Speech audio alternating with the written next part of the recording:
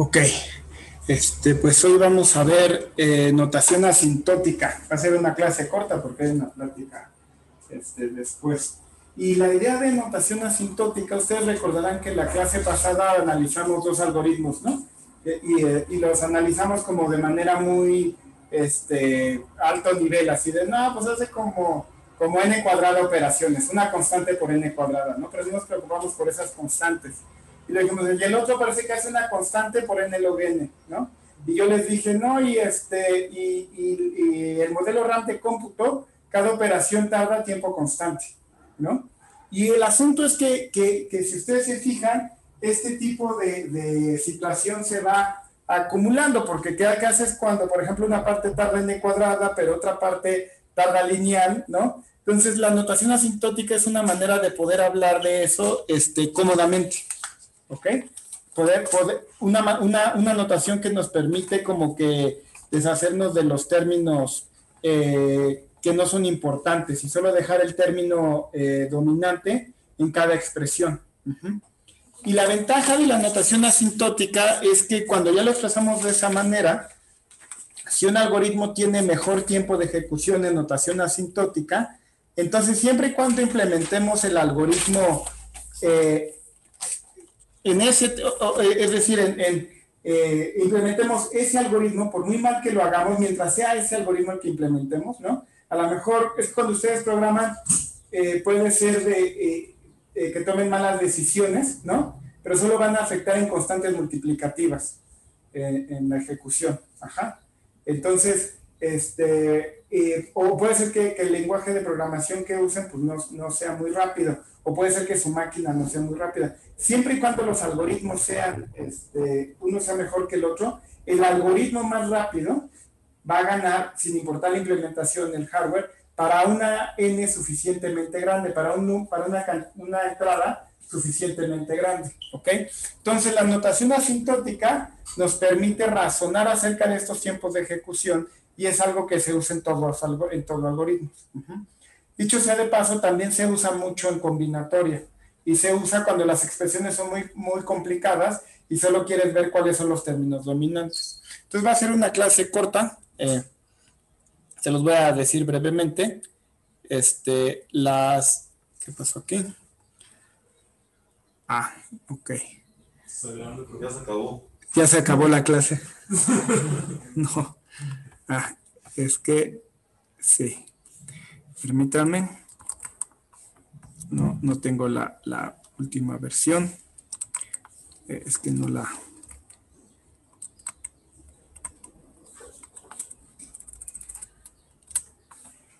Ajá.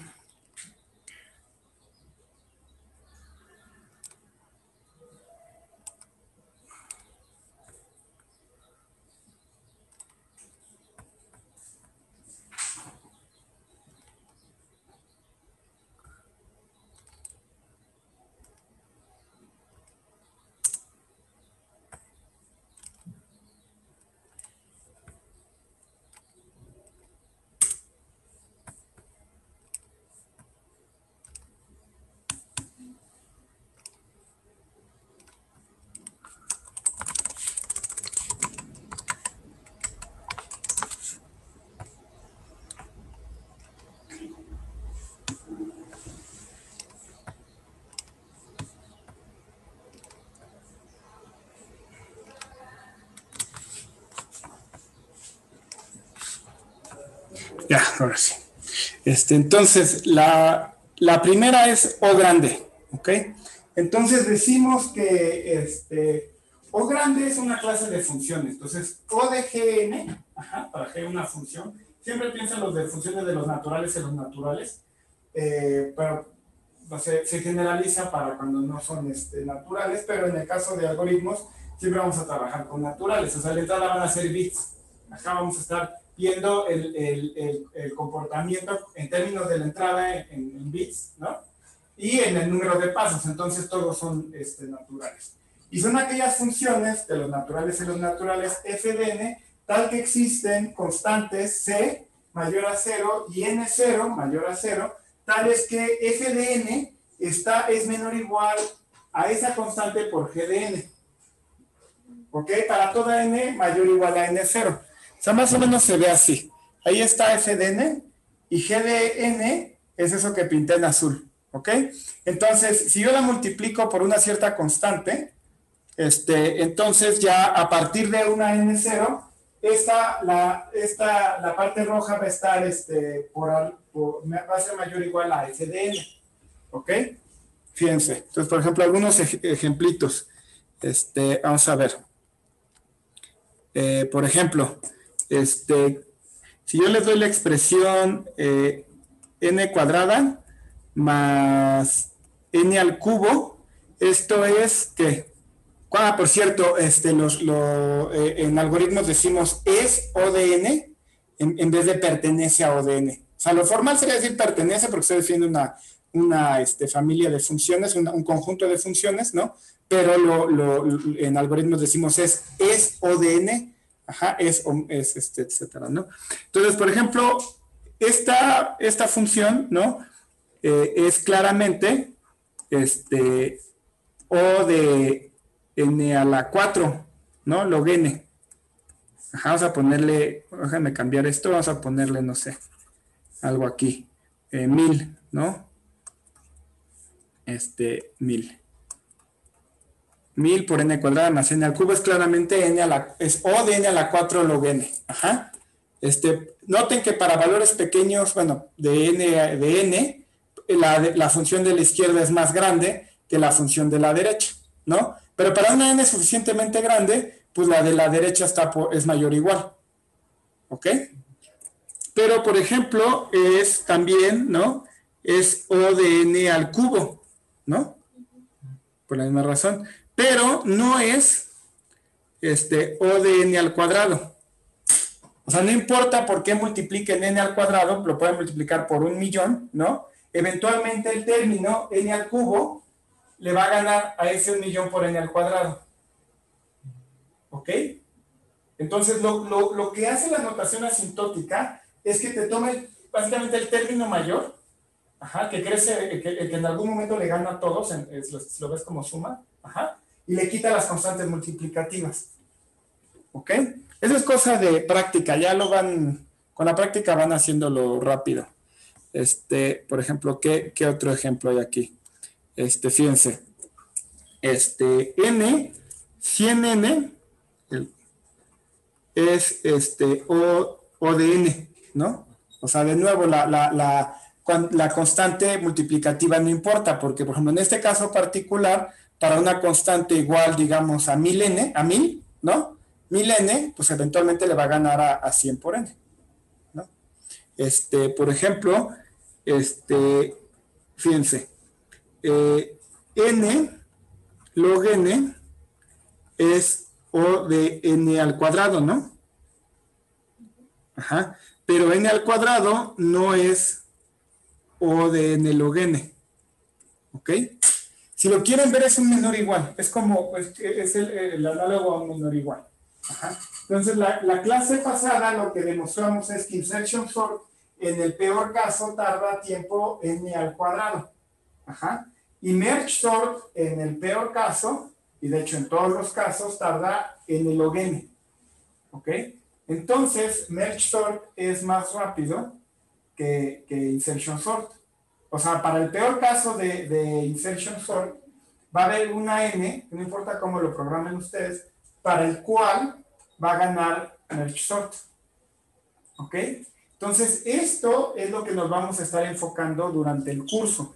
Cómo mejorar esos tiempos y la cantidad de memoria. Ajá. Por ejemplo, ¿qué es esto? ¿Qué es O de 1?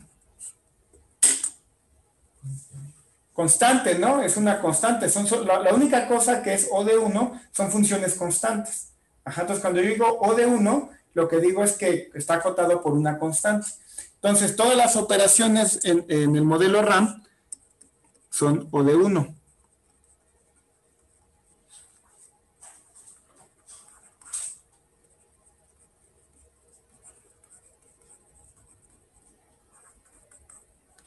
¿Ok? ¿Qué otra cosa? Algo que va a ocurrir mucho en el curso cuando estemos analizando algoritmos es lo siguiente.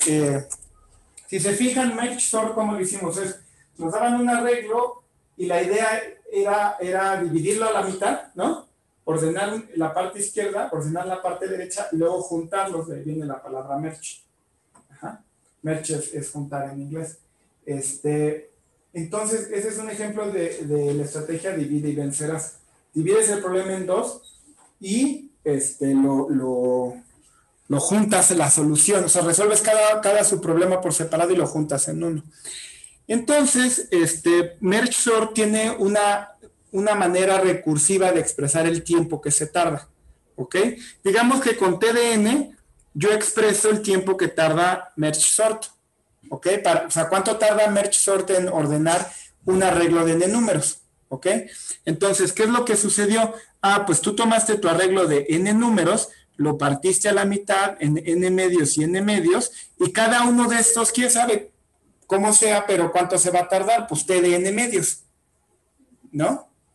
Entonces, esto es igual a 2 de t de n medios, más cuánto te tardas en juntar la solución en el arreglo original. Pues habíamos dicho que era fijarte en cada arreglo e ir tomando el más chiquito, no irlo subiendo. N. Eso en notación asintótica se expresa como O de N. Ajá. Entonces lo que vamos a ver frecuentemente es algo de este estilo. Es O de N. ¿Ok? Y vamos a aprender a resolver esas recurrencias. ¿Ok? Porque esas van a estar apareciendo mucho. Entonces hay toda una serie de técnicas para resolver recurrencias, porque muchas veces en los algoritmos los tiempos de ejecución aparecen expresados como recurrencias. El resolver recurrencias en combinatorias es todo un arte cuando quieres darlo exactamente. Ajá. Probablemente la recurrencia más famosa que conocen es ¿cuál? Los números de Fibonacci, ¿no? Cuando los números de Fibonacci yo tengo que f de n es, adelante, f de n menos 1 más f de n menos 2, ¿no? Y luego digo f de 0 es igual a 1 y f de 1 es igual a 1, ¿no? Y ese es los números de Fibonacci, ¿no? Entonces, ahí uno puede resolverlo usando funciones generadoras, hay en valores de matriz, hay muchas técnicas. Afortunadamente nosotros, como tenemos mucho holgura al trabajar en notación asintótica, no necesitamos herramientas tan sofisticadas. Pero sí vamos a comentarlo porque eso es o sea, si se va, por ejemplo, a cosas de combinatoria enumerativa o ya parte de teoría de gráficas donde les interesa exactamente los números y pueden plantear su problema como recurrencia, sí hay manera de encontrar los valores exactos. La manera que yo uso es ponerle en Wolfram Alpha y esperar que me den la solución. Eso funciona bien. Y si no, bueno, pues ya a ver qué hago. Pero bueno, nosotros vamos a estar usando la notación asintótica. Este tipo de recurrencias nos van a aparecer mucho. Y bueno, ya mejor me sigo y no me detengo porque la próxima clase les platicaré cómo resolver estas recurrencias. Pero es el tipo de cosas que son como herramientas para estar haciendo algoritmos, ¿no? Así como cuando hacen cálculo tienen que aprender a derivar e integrar, aprender a resolver estas recurrencias es como parte de lo que necesitan para trabajar, pues es parte de lo que tienen que estar haciendo con cierta facilidad. ¿Ok? ¿Hay dudas, comentarios? ¿No? Bueno, ahí está. Entonces, ¿qué más? Omega es exactamente lo mismo que O, pero al revés. O sea, si O es un menor igual, omega es un mayor igual. Entonces, la definición es que es omega de g de n, la clase de funciones f de n, tal es que existe una constante c mayor a 0 y n0 mayor a 0, tal es que c de g de n acota es menor o igual a f de n. ¿Ok? Exactamente lo mismo. ¿Qué pasó aquí? Sí, me estoy quedando sin batería.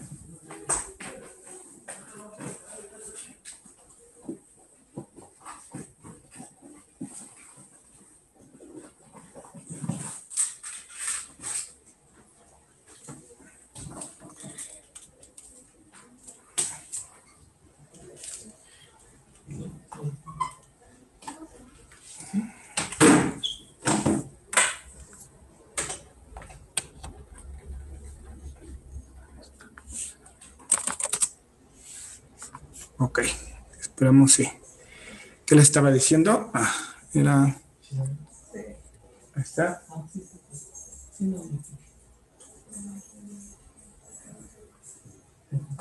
¿Qué pasa?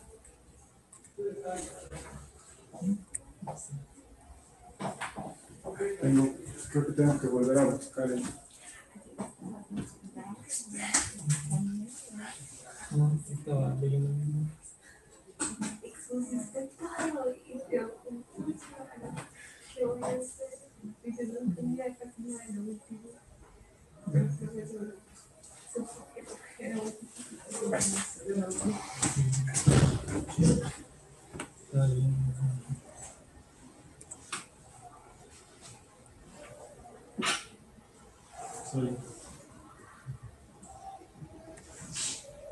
Yo quisiera ver cómo tal vez está en el mundo,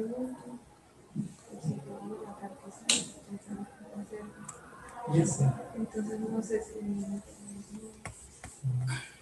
yo tengo una dirección ya preparada, solo tendrías que significación, no pueden probar que se entonces de mañana voy a venir contigo a ver.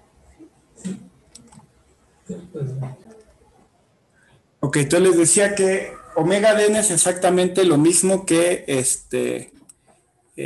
que ODN, en el sentido de que ODN es un menor igual y omega DN es un menor igual, ¿no? Entonces, en este caso, FDN está cooptado por abajo por una constante por GDN.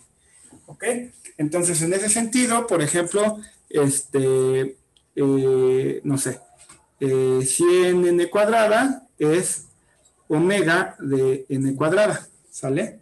Pero también es omega de n log n, ajá. Y es los mismos ejemplos que di hace rato, es nada más invirtiendo, ¿no?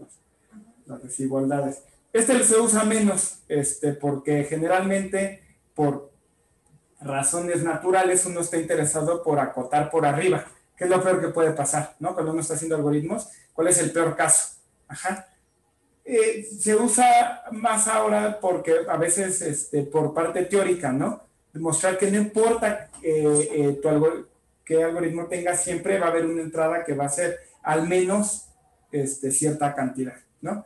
En su momento vamos a demostrar que no existe algoritmo basado en comparaciones que pueda resolver el problema de ordenación en tiempo menos de n log n. Entonces, n log n son omega de n log n, cualquier algoritmo basado en comparaciones. ¿Ok? Pero lo que van a estar viendo todo el tiempo es omega. Ajá, perdón, O. Y teta es así como O es mayor o igual, es menor o igual, perdón, omega es mayor o igual, teta es que es ambas, que es O de esa función y omega de esa función. Entonces, formalmente son aquellas funciones para las que existen constantes, tales que FDN está acotada por abajo por C de GDN y por arriba por C2 por GDN. ¿Ok? Entonces, en ese sentido tenemos la igualdad. Un detalle aquí es que, de nuevo, pues, yo tengo, aquí me permite quitar constantes, términos menores, ¿no? Entonces, algo del estilo, digamos, n al cubo más n a la 3 medios más n log n, pues esto es teta de n al cubo. ¿Ok? O sea, ahí, aunque es estrictamente más grande esa función que n al cubo, pues omega es O de n al cubo y es omega de n al cubo. ¿Ok? Entonces, ahí el teta simplemente te quita términos menores y te quita constantes multiplicativas. ¿Sale? Ok. Unos que son un poquito más interesantes, pues es O chiquita. Y para O chiquita es, si O grandota es el menor o igual, O chiquita es el menor estricto. Entonces son aquellas funciones FDN, son O chiquita de GDN, para las cuales existe una N0 tal que F y una constante C, tal que FDN es, son para las cuales para toda constante que tú me des, mayor a 0, FDN va a estar por abajo de C por GDN. ¿Ok? Otra manera de decir lo mismo, que tal vez es más intuitiva, es decir que el límite, cuando n tiende a infinito, de f de n entre g de n, ¿a qué tiende? A cero, ¿no? A cero. ¿Ok? Entonces, O chiquita significa eso, ¿no? O sea, por ejemplo, n log n es O chiquita de n al cuadrado. ¿Ok? Pero y n al cuadrado no es O chiquita de n al cuadrado. ¿Ok? Entonces, por ejemplo, eso se usa mucho también en combinatoria, ¿no? Cuando a veces ya tienes como el término dominante, entonces, no, pues mira esta expresión es como n al cubo, digo, n al cubo más O chiquita de n al cubo. Entonces ya tengo el término, a lo mejor ya tengo hasta la constante, ¿no? O sea, a lo mejor ya sé que, mira, esta expresión es raíz de 2 por n al cubo, ¿no? Más un término menor. Entonces, o sea, ya le pegué al término dominante y tengo algo que es estrictamente menor que n al cubo. Ajá. Bueno, que tiende a 0. Si lo divides entre n al cubo, lo que te va a salir es raíz de 2, y este término es como, lo quieres ver como de error, como hasta ahí no sé cómo calcular. En combinatorio numerativo pasa mucho eso. Combinatorio numerativo son estos problemas donde tú tienes objetos combinatorios que van creciendo conforme a n y tú quieres contarlos, ¿no? Por ejemplo, tú tienes un polígono, ¿no? De n lados. Tú tienes un polígono de n lados y tú quieres, por ejemplo, contar cuántas triangulaciones tiene ese polígono, ¿no? Ese número se llama el número de Catalán. Ajá. O sea, por ejemplo, lo pude haber triangulado así, o lo pude haber triangulado de esta manera, ¿no? Hay muchas. Ajá, y combinatoria numerativa se trata de ese tipo de problemas, ¿no? Entonces, a veces ya encuentras una expresión, pero pues es muy difícil encontrar la expresión exacta, pues entonces pones el término dominante y la O chiquita. Entonces, más o menos para eso se usa. En algoritmos no aparece tanto, pero es parte de la notación asintótica. En algoritmos lo que van a estar viendo es la O y la teta y ya. Y ocasionalmente la omega. Pero bueno, está bien sabérselos. ¿Qué más? Y pues bueno, la omega chiquita pues es el análogo a la a la O chiquita, ¿no? Y entonces en este caso tenemos que el límite de f de n entre g de n cuando n tiende a infinito, ¿qué se imaginen que va a ser? Se ve infinito, exacto. Se ve infinito. ¿Ok? Está por abajo. ¿Y qué más les iba a decir? ¿Cuánto me queda? Unos 10 minutos. Más cosas que les iba a comentar. Si se dan cuenta, cuando yo les expresé con Merge-Sort, ¿no? Yo en Merge-Sort les había dicho, no, tienes tu arreglo, lo partes a la mitad y entonces resuelves y esto te da una recurrencia de esta forma, ¿no? T de n más T de n medios, ¿no? Más O de n. Ajá. Pero si la n es impar, pues entonces no, estrictamente hablando, lo que tendría es esto, ¿no? Tendría T de piso de n medios, ¿no? Más T de techo de n medios, ¿no? Entonces, normalmente, como estamos en notación asintótica, los pisos y techos no van a importar. Ajá. O sea, como estamos siendo un tanto como burdos en el análisis, porque solo nos interesa el término dominante. Entonces, lo usual es que los computólogos, cuando hacen algoritmos, es que este tipo de cosas las ignoran. O sea, no te ponen ni pisos ni techos, y cuando tú lo ves no tiene sentido, porque si la n es impar, pues n medios es impar, ¿no? Entonces, formalmente lo que deberíamos de escribir es techo de n medios, piso de n medios. Como no importa, y ya después demostramos que, o sea, antes de eso demostramos que no importa, pues entonces se omite, ¿sale? Para combinatoria numerativa es una lata, o sea, cuando de veras quieres saber la expresión final de tu recurrencia, lidiar con pisos y techos, ¿ok? ¿ok? Pero en algoritmos van a ver que ese tipo de cosas no nos ocupan, ¿ok? Ok. ¿Qué más les iba a decir? Ajá. Ya habiendo dicho todo esto, un algoritmo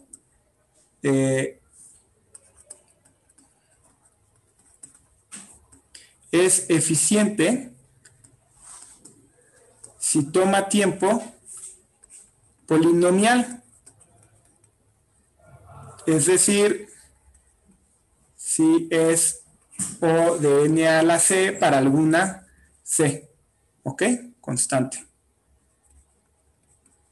Eso es lo que en algoritmos se considera un algoritmo eficiente, un algoritmo que crece conforme a ¿cómo se llama? Que está acotado por un polinomio. Ajá. Eso es en la teoría, ¿ok? En la práctica, un algoritmo de tiempo n a la 100, pues no sirve. Bueno, o sea, va a ser muy lento, ¿ok? Pero mucho de esta discusión que seguro la han oído sobre P igual a NP, ajá, es P, espero no tardarme ya mucho, ¿qué más les iba a decir? Sí. P es la clase de problemas que se pueden resolver en tiempo polinomial. ¿Ok? Entonces esos son los problemas para los cuales existe un algoritmo de tiempo polinomial que los resuelve. A lo mejor es n a la 1000, pero está acotado por un polinomio. Ajá. Y NP se los platico al final del curso. Porque no es lo que uno lo oye, lo primero que se imagina es que no es polinomial, no. La NP viene de no determinístico polinomial, que es que una máquina de Turing no determinística lo puede resolver en tiempo polinomial, pero la manera en que lo podemos hacer con una máquina de Turing determinística es, en el mejor caso, es exponencial. Pero bueno, eso es después, lo platico con calma. Pero de momento lo que tienen que tener en cuenta es que un algoritmo es eficiente, o decimos que un problema se puede resolver de manera eficiente si tiene un algoritmo de tiempo polinomial. ¿Ok? La clase de los NPs, hay ciertos problemas que se llaman NPs, que son muy importantes. Los mejores algoritmos que tenemos, los pueden resolver en tiempo exponencial. ¿Ok? Entonces, cosas de la forma O de 2 a la n, por ejemplo, eso sería tiempo exponencial. ¿Ok? Hay problemas muy famosos y muy importantes en computación que no sabemos resolverlos en tiempo polinomial, como factorización. Ajá. Factorización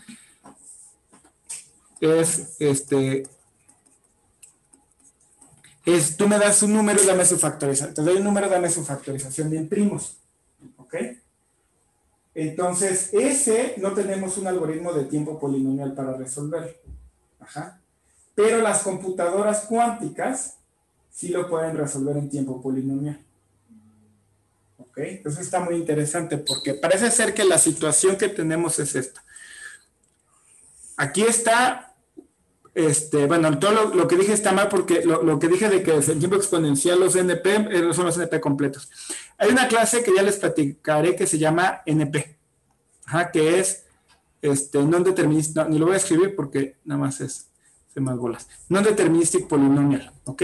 Aquí están los P's, los que se pueden resolver en tiempo polinomial por una máquina de Turing determinística.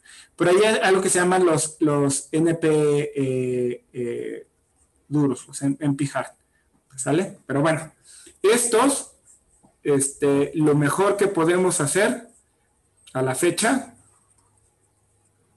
es N2 a la algo exponencial, pues, ¿sale? Y aquí hay cosas o sea, la conjetura es que P es distinto de NP. O sea, que hay cosas que son NP completas que no están, que no se pueden resolver en tiempo polinomial. Uh-huh. Si eso es cierto, debe de haber cosas en medio. Los candidatos para cosas en medio, por ejemplo, son factorización. Factorización, no la podemos resolver en tiempo, ¿cómo se llama? No sabemos resolver en tiempo polinomial. pero una computadora cuántica sí puede. Parece ser que las computadoras cuánticas se agarran cosas de por aquí. No resuelven problemas NP duros las computadoras cuánticas, ¿ok? Resuelven problemas que no sabemos resolver con las computadoras clásicas, ajá, pero que conjeturamos fuertemente que no son NP duros, ¿ok? El asunto con los NP duros es que si resuelves un NP duro, resuelves toda la clase de los NPs en tiempo polinomial. Por eso lo veremos. Eso es muy importante, o sea, pero lo vamos a ver en su momento. ¿Qué más? Hay un problema aquí que se llama isomorfismo en gráficas. Ajá. Isomorfismo en gráficas es, yo te doy dos gráficas y te digo que me digas si son isomorfas o no. Le doy G y H, ¿no? Y la pregunta es G isomorfa H? ¿Sí o no? Ajá. Nadie sabe cómo hacerlo en tiempo polinomial, pero recientemente, creo que en 2017 creo que fue, por ahí, lo lograron resolver en tiempo n a la log n. Ajá. Eso, si se fijan, es superpolinomial, ¿no? Porque recuerden que polinomial es O de n a la una constante. Y log n crece lentamente, pero crece. Entonces, eventualmente le gana a cualquier, ¿cómo se llama? A cualquier constante. ¿Sale? Entonces es superpolinomial, pero es subexponencial. ¿Por qué es subexponencial? Porque n, log n, lo puede expresar como 2 a la log n, pues esto es n, ¿no? A la log n, que esto es n a la logaritmo de n al cuadrado. ¿Sí lo ven? O sea, ¿cómo es algo polinomial? Pues algo polinomial, n a la c, pues es, ay, perdón, aquí me equivoqué, este es 2. Este es 2. Es 2 a la logaritmo de n al cuadrado, ¿sale? Algo polinomial, pues es 2 a la una constante por logaritmo de n.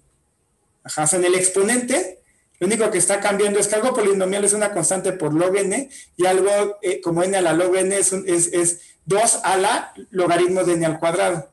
Pero exponencial está muy lejos, porque exponencial es algo de la forma 2 a la n. Ajá. O sea, en el exponente la diferencia entre el logaritmo al cuadrado de n y n. Ajá. Entonces uno al principio cuando trabaja en algoritmos se va con la finta y dice, pues es que las cosas son no polinomiales exponenciales, pero no. Hay crecimientos de funciones en medio, pues, ¿no? Entonces, esto sugiere, el hecho de que isomorfismo en gráficas no haya salido en tiempo polinomial, sugiere que no está en P, porque a estas alturas del partido ya llevamos un buen rato trabajando con algoritmos y la comunidad es muy buena para resolver problemas en tiempo polinomial. O sea, si un problema nuevo se puede resolver en tiempo polinomial, las técnicas actuales, si es alguien competente en algoritmos, te lo puede hacer. Es rarísimo. O sea, yo no me sé un ejemplo de un problema que han dicho, es que no sabemos cómo hacerlo en tiempo polinomial en los últimos 15 años y alguien lo haya podido haber hecho. O sea, la situación actual es que llega un problema nuevo, sí, ese sale en n al cubo, ¿no? Por decir algo.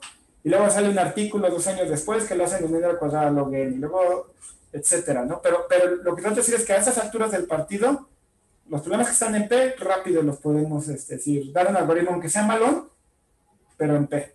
Entonces sería muy, muy sorprendente que existiera un algoritmo que isomorfismo de gráficas estuviera en P y que a estas alturas del partido no lo hayamos podido haber hecho. Claro, el único contraejemplo de todo esto que estoy diciendo que se me ocurre es factorización en primos. Porque por ahí del año, ¿qué fue? 2000 y feria, descubrieron que factorización de primos, perdón, primes. Yo les doy un número, díganme si es primo o no. Ajá, es diferente a factorización. Ajá, pero cada factorización es dame los primos. Y primes es dime si es primo o no. ¿Ok? Primes se puede hacer en tiempo polinomial. Pero eso no te resuelve factorización. Ajá, es útil el punto. Y ese fue un gran shock para toda la comunidad. Cuando salió primes en tiempo polinomial. ¿Qué más les iba a decir? Por cierto, un detalle aquí que es fácil olvidar. Cuando yo digo factorización quiere decir que yo les doy un número, ¿no? Pero yo les había dicho que en el modelo RAM de cómputo, todos los números se los iba a dar de tamaño constante y que iban a caber en una de las casillas que teníamos, ¿no? De memoria. En factorización no, en factorización yo les doy un número de n bits. Ajá. Pero un número de n bits, pues de hecho es un número de tamaño como mucho, o sea, más o menos puede ser como hasta 2 a la n. Ajá. O sea, yo para expresar algo de tamaño 2 a la n necesito n bits, pero esa es la entrada de mi algoritmo. ¿Ok? Entonces estoy pensando en factorizar números enormes, pero lo estoy expresando como en términos del número de bits necesarios para representar ese número. ¿Ok? Bueno, o sea, si yo les doy un número de tamaño n, pues es fácil factorizarlo, porque pues entonces pruebas todos los números hasta raíz de n y ves si lo divide o no. ¿No? Y acabaste. Pero no, estoy hablando de un número de tamaño 2 a la n. ¿Ok? Entonces ahí ya es más difícil. Y que en los poquito tiempo que me queda, que más les quiero platicar. Sí, en la práctica es curioso, pero por varias cosas suceden. Aunque decimos que un algoritmo de tiempo es eficiente, se puede resolver el tiempo polinomial, pero les había dicho que en la práctica un algoritmo de tiempo en la 100 no sirve, ¿no? Curiosamente, en la práctica, como que los problemas se los puede resolver en tiempo n al cubo, n a la 4 como mucho, o son exponenciales. O sea, me cuesta trabajo pensar en un algoritmo que tarde que más de n a la 4. Con notables excepciones, como, por ejemplo, resolver un programa lineal. Un programa lineal es un problema de optimización donde yo te doy restricciones con ecuaciones lineales y tienes que optimizar una función lineal, ¿no? Ese problema, curiosamente, los mejores algoritmos que existen son, creo que andan del orden n a la 6. Sin embargo, el algoritmo que se ocupa es el método simplex, que en la práctica y en la mayoría de los casos se lo resuelve en tiempo lineal. Pero hay entradas al método simplex que tardan tiempo exponencial. Entonces, no porque un algoritmo sea de tiempo exponencial hay que tirarlo a la basura. Puede ser que en la mayoría de los casos funcione bien, o para las entradas de la... O sea, ahí también es la diferencia entre n y 2 a la n. ¿Ok? Entonces, el que se usa en la práctica, el método simplex es un algoritmo de tiempo formalmente, en el peor caso, exponencial, pero en la mayoría de los casos es polinomial. En 2003 salió un artículo que da, que más o menos dice por qué eso es Why the Simplex Algorithm Usually Takes Polynomial Time. Y explica por qué ese fenómeno que la gente que hace optimización ha observado durante muchos años, que en la mayoría de los casos toma tiempo lineal. Y parece ser que en el espacio de problemas lineales, los problemas de tiempo que hacen que el método simplex tarde tiempo exponencial, están cerca de los que tardan tiempo lineal. O sea, si lo perturbas, te caes a un problema que tarda tiempo lineal. Y como la vida real tiene ruido, pues generalmente es prácticamente imposible que encuentres un ejemplo malo para el método simplex. Okay, ya, y ahora sí, no me quiero pasar de tiempo. ¿Preguntas, dudas? ¿No? Muy bien. Ajá. El problema que habían hecho de reconstrucción de gráficas salió polinomial. Salió en n a la log n. Ajá, super polinomial, subexponencial. Sí, no, y no tengo idea de cómo va el algoritmo. Yo sí tengo una duda. Ajá, dime. Mencionó que las computadoras cuánticas sí resuelven la factorización polinomialmente, pero ¿por qué un algoritmo cambiaría de polinomial en polinomial dependiendo de la computadora?